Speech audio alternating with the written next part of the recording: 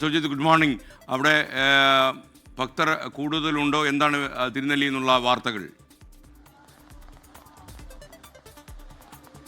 SKN പുലർച്ചെ 3 മണി മുതലാണ് ദക്ഷിണ കാശി എന്നറിയപ്പെടുന്ന തിരുനെല്ലിയിൽ ബലിതർപ്പണ ചടങ്ങുകൾ തുടങ്ങിയത്. വലിയ രീതിയിലുള്ള ഒരു ആളുകളുടെ പങ്കാളിത്തമുണ്ട്. പക്ഷേ ഇന്നലെ രാത്രി മുതൽ കനത്ത രീതിയിലുള്ള മഴപ്പെയ്ത്ത് ഈ മേഖലയിൽ അനുഭവിക്കുന്നു എന്നുള്ളതാണ് ഏറ്റവും പ്രധാനപ്പെട്ട കാര്യം. പക്ഷേ ആ മഴയെ അവഗണിച്ചും ആളുകൾ, വിശ്വാസികൾ ഇവിടേക്ക് പിതൃമോക്ഷത്തിനായി കർമ്മങ്ങൾ ചെയ്യാൻ വേണ്ടി ഇവിടേക്ക് എത്തുന്നു. ഇവിടെ വിവിധ ബലിത്തറകളിൽ ഇതുമായി ബന്ധപ്പെട്ട ഒരുക്കങ്ങൾ നേരത്തെ ക്രമീകരിച്ചിട്ടുണ്ട്.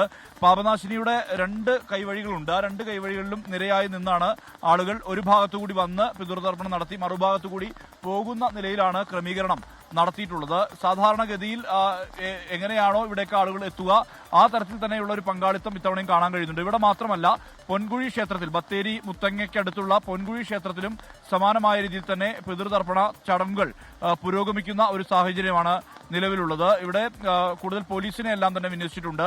അതായത് 200ഓളം പോലീസുകാരെ ഇതുമായി ബന്ധപ്പെട്ട് വിന്യസിച്ചിട്ടുണ്ട്. മാത്രമല്ല, സിവിൽ ഡിഫൻസിന്റെ സ്ക്വാഡും ഒപ്പം തന്നെ ഫയർഫോഴ്സും അതോടൊപ്പം റെഡ് ക്രോസും ഉൾപ്പെടെയുള്ള സംവിധാനങ്ങൾ ഉപയോഗിച്ചുകൊണ്ട് ഇത്തരത്തിലുള്ള നടപടികൾ, അതായത് ഇവിടുത്തെ സുരക്ഷാ ക്രമീകരണങ്ങൾ അടക്കമുള്ള കാര്യങ്ങൾ ഒരുക്കിയിട്ടുണ്ട്. ഈ ഇതര സംസ്ഥാനത്തു നിന്ന് പോലും ഇവിടേക്ക് ആളുകൾ എത്തുന്നുണ്ട് എന്നുള്ളതാണ്.